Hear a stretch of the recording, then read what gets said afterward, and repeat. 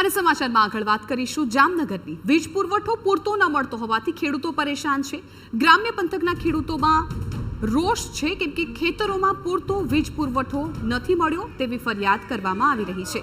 મોટી સંખ્યામાં ખેડૂતોએ પીજીવીસીએલ કચેરીએ કરી રજૂઆત। ખેતરોમાં માત્ર 2 થી 3 કલાક વીજ પુરવઠો મળતા ખેડૂતોને હાલાકી।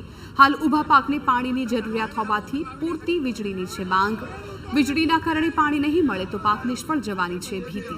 પીજીવીસીએલના અધિક્ષકે યોગ્ય વીજળી આપવાની આપી છે બાંહેધરી। વાવ બેરાજા મસીતિયા અને ચાંપા બેરાજા ગામના ખેડૂતો પીજીવીસીએલ કચેરી રજૂઆત કરવા માટે પહોંચ્યા હતા। ખેડૂતોની માંગ છે કે પૂરતી વીજળી આપવામાં આવે અને સાથે જ અન્ય વીજ સમસ્યા પણ તાત્કાલિક ધોરણે દૂર કરવામાં આવે।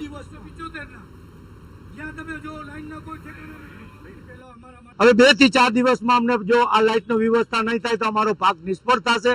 એટલા માટે અમે સાહેબને ધ્યાન દોરવા આવ્યા છીએ।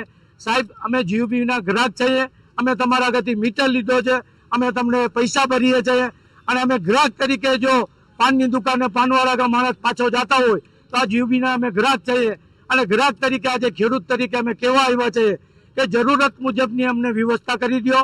ઘડી ઘડી તાર તૂટે છે, ત્યાં વધારે એક ગાડી આપો હેલ્પરની।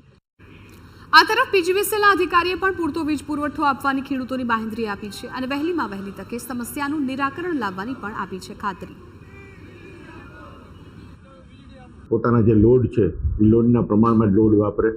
એ ઉપરાંત જ્યારે પણ પાણીનો એમનો વારો હોય ત્યારે પ્રોપર મોટરો વાપરી પ્રોપર રીતે એનો ઉપયોગ કરી અને પાણીનો અને વીજળીનો બંનેનો વ્યય ન થાય એ રીતે ખેતરમાં પાણી પાય અને સાથે સાથે જ્યારે પણ કોઈ ફોલ્ટ થાય તો અમારી ઓફિસ છે એની સાથે તાત્કાલિક કોમ્યુનિકેશન કરી અને એમની સાથે રહી અને એ ફોલ્ટ છે એને ક્લિયર કરાવવામાં મદદરૂપ થાય તો એ વચ્ચેનો જે સમયગાળો છે ફોલ્ટ ગોતવા માટેનો એને આપણે નિવારી શકીએ અને તાત્કાલિક રીતે વીજ વિક્ષેપ છે એને દૂર કરી શકીએ।